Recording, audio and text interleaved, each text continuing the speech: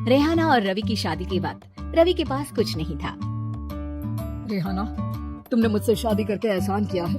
मुझसे ज्यादा तो तुम कमाती हो। अरे तो क्या हुआ, एक दिन आएगा रवि कि तुम खूब पैसा कमाओगी। मुझे तुम पर पूरा विश्वास है। रवि और रेहाना खुद को स्टैंड करने के लिए पूरी मेहनत करते। रेहाना, मैं नौकरी नहीं करना चाहता हूँ। तो कोई बात नहीं, मैं नौकरी करके घर चलाती हूँ, तुम बिजनेस सेट करने की कोशिश करो। एक दिन रेहाना, तुम जानती हो मैंने जो विज्ञापन बनाने वाली कंपनी खोली थी ना, उसे बड़ी ब्रांड का ऑफर आया है। अब हम लोगों के दिन प्यारे न्यारे हो गए हैं। मैं जानती थी रवि कि एक दिन तुम सेटल हो जाओगे। रवि का काम अच्छा चल जाता है। एक दिन वो रेहाना से कहता है, रेहाना, अब हम लोगों का बच्चा भी हो गया है। बहुत छोटा है वो, उसका ख्याल कैसे रखेंगे हम? कैसे क्या, मैं गांव से माँ को लेकर आ जाती हूँ। नौकरी से हाफ डे ले लिया करूंगी। अभी तो वो छोटा है, स्कूल जाने तक मैं मैनेज कर लूंगी। देखो रेहाना, मैं अब अच्छा कमा रहा हूँ, तुमको नौकरी करके परेशान होने की कोई जरूरत नहीं है। अरे कैसी बात कर रहे हैं, मैं अपनी लगी लगाई नौकरी कैसे छोड़ दूं? और मैंने तो सुना है हम लोगों को कुछ ही महीनों में सरकारी नौकरी मिल जाएगी। सरकारी नौकरी में कितना कमा लोगी?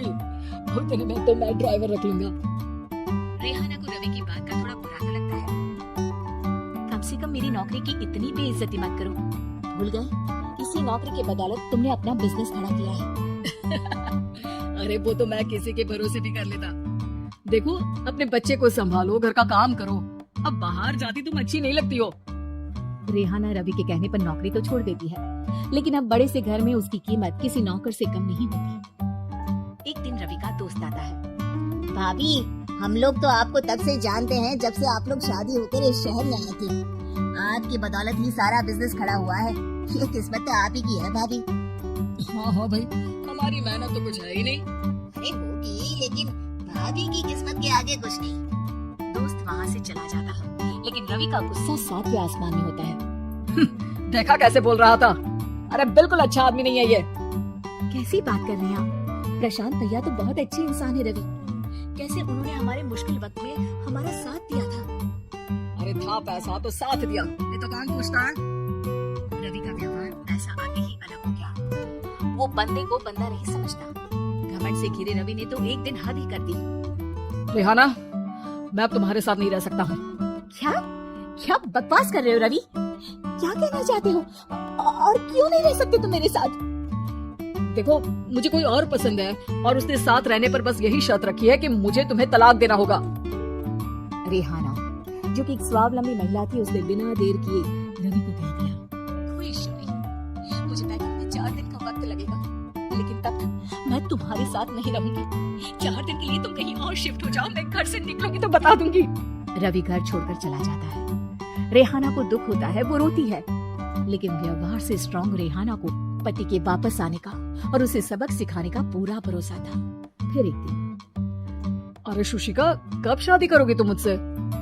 यार मैंने तो सोचा था तुम शादी से पहले मुझे विदेश लेकर जाओगे, महंगी कार दिलाओगे। अरे सब दिला दूंगा, लेकिन पहले मुझसे शादी तो कर लो। हाँ हाँ, क्यों नहीं। मैं कुछ दिनों के लिए अपने मम्मी पापा के पास जा रही हूँ और लोगों से अपनी शादी की बात करूंगी। अरे शुशिका, कैसे रहूंगा मैं तुम्हारे बिना? अब तो शादी ही होने वाली है हम लोगों की। शुशिका रवि को छोड़कर चली जाती है। रवि घर आता है, जहाँ रेहाना को ना पाकर उसे सब अजीब लगता है। घर तो रेहाना के बिना कुछ नहीं है, बच्चे की याद भी आ रही है। चलो एक वीडियो कॉल कर लेता हूँ। रवि रेहाना को वीडियो कॉल करता है, लेकिन रेहाना फोन नहीं उठाती। रात को सोते वक्त मन कर रहा है मुन्ने को गले लगा लूं। चलो कोई ना, शुशिका से शादी के बाद मेरे और भी बच्चे होंगे। अगले दिन रवि ऑफिस जाता है, जहाँ टीना खड़ी होती है।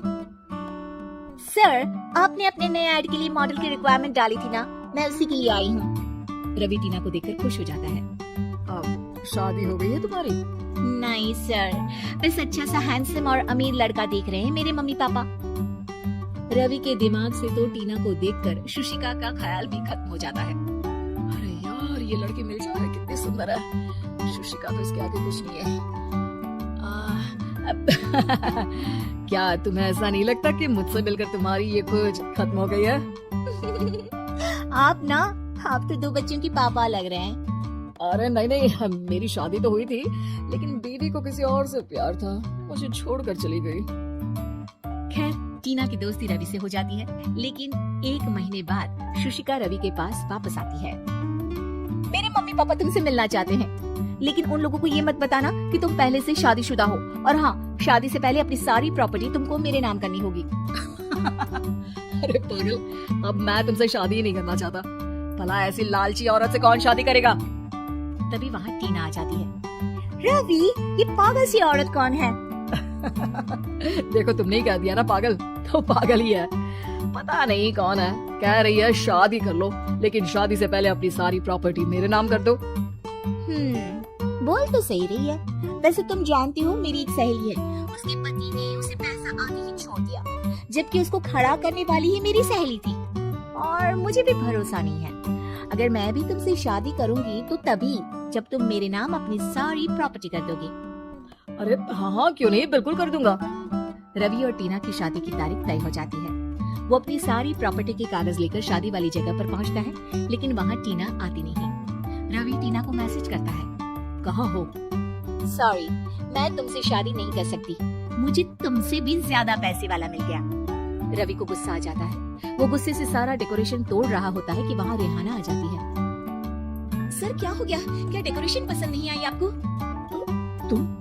तुम यहाँ क्या कर रही हो? मैं यहाँ की डेकोरेटर हूँ। क्या आपको पसंद नहीं आई यहाँ की सजावट? रवि दौड़कर रेहाना के गले लग जाता है। मुझे माफ कर दो रेहाना। रवि रेहाना के गले लग जाता है और रेहाना टीना को थैंक्स का मैसेज करती है।